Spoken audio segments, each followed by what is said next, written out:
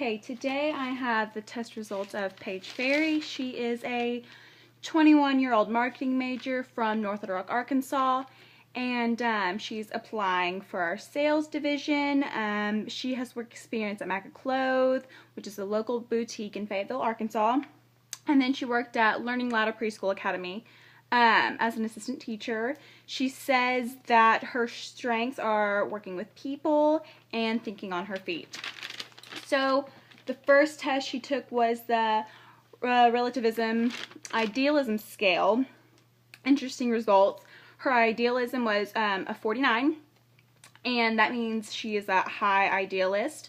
That means she's a person who is concerned for the well-being of others and believes that one should do everything to avoid harming another person. These people are great to work with. They're team players. They're easy to direct. On her relativism was a 47, so she's actually a high relativist too. This means that she does think that you have to make decisions based on the situation and not apply one general rule.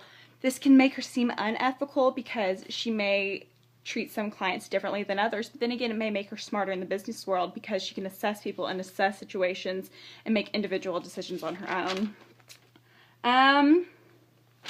Next, we have the locus of control.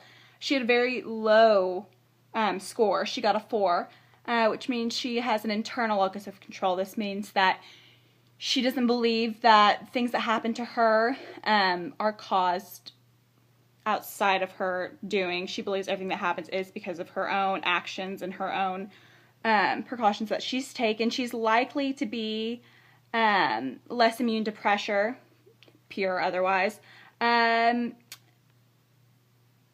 Let's see here. As a manager, I think that I would have to do a lot less micromanaging with her.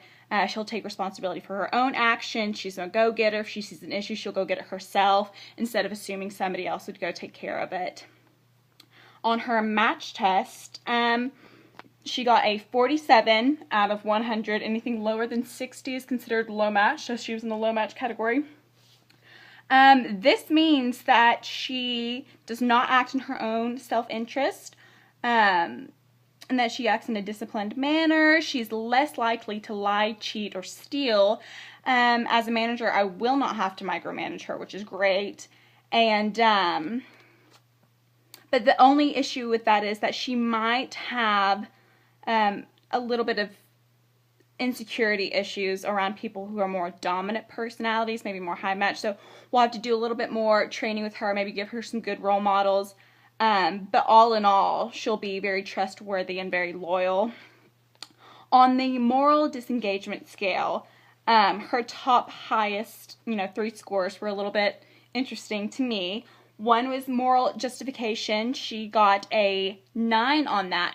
So she's likely to justify her actions according to things that she thinks line up with her moral principles. For example, one of the questions was, would you fight to protect your family or your friends?